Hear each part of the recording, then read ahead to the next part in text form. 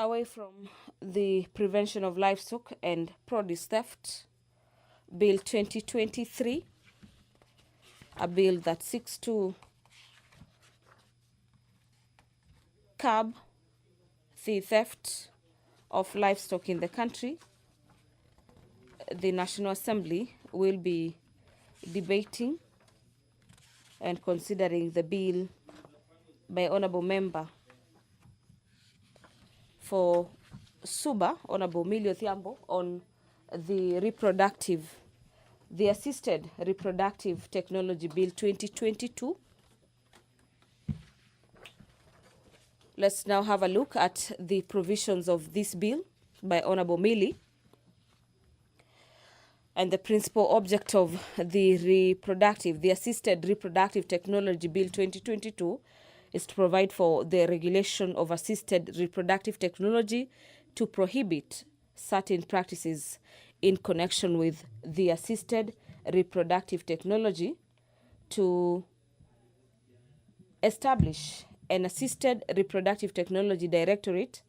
and to make the provisions in relation to child born of assisted reproductive technology processes and matters connected thereto to the assisted reproductive technology. The bill provides for the Assisted Reproductive Technology Directorate, including the functions of the directorate, the obligations of the national government, the obligations of the county governments, the composition of the directorate, and the experts and consultants. Part 3 of the bill, being clause 11 all the way to clause 19 of the bill, is providing for matters regulating prohibited activities, including the use of embryos, consent of parties without consent, circumstances for undertaking assisted reproductive technology, and circumstances under which assisted reproductive technology is precluded, the use of embryo in a woman, the gametes obtained from a minor, and the use of gametes. Clause 20 all the way to 32 is seeking to provide for matters regulating rights of parents to donors and children. This includes the use of sperm after the death of a man, the right to assisted reproductive technology, the rights to assisted reproductive technology service, the duties of the assisted reproductive technology expert, parties to a marriage, the rights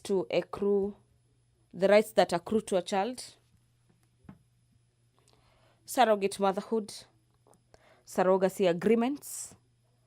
termination of surrogacy agreements obligation under the surrogacy agreement, prohibition of sex selection, and the restriction on sale of human gametes and embryos, as well as prohibition of commercial artificial reproductive technology. The bill is also seeking to provide for matters access to information, including assisted reproductive technology register, provision of information by the directorate, minor not to be given information from the directorate, and the restriction on the disclosure of information. The bill is also seeking to regulate licensing. This includes the requirement for a license, application for a license, inspection of the premises before a license is issued, and the general conditions for licensing for storage of gametes, the grant of licenses, and the responsibilities of a supervisor, as well as the revocation of a license and application to the Cabinet Secretary for review, appeal to the High Court, and the temporary suspension of the license. On your screens,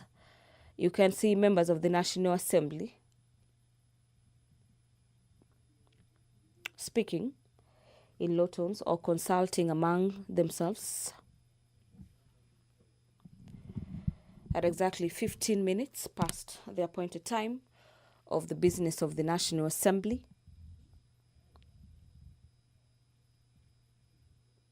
We'll be getting to understand why the business has taken some time to commence. But as we await for the chamber to commence business, this the bill that has elicited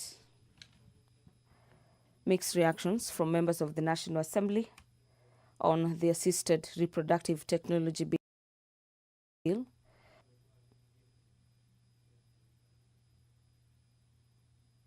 That seeks to regulate the assisted reproductive sector in the country through the introduction of the Assisted Reproductive Technology Bill of the year 2022,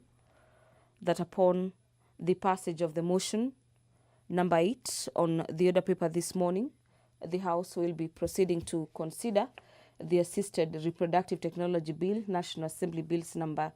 61 of the year 2022. Some of the clauses that had not been considered by the committee, as the member for Homa Bay Town was not present during the time when the House was considering some of the clauses. They had to push forward for the consideration of his clauses.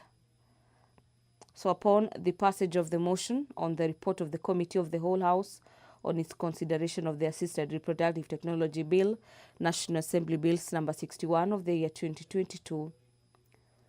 and order number 9, which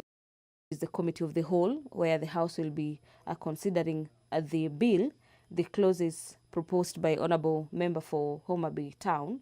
will be considered under motion under order number 9 on the Committee of the Whole on the Assisted Reproductive Technology Bill. The allocation of help funds to support students enrolled at the Kenya Medical Training College is a motion by Honorable Abdi Shurie this morning, motion number 2 of the year 2025, that aware that Article 95, subsection 2 of the Constitution provides that the National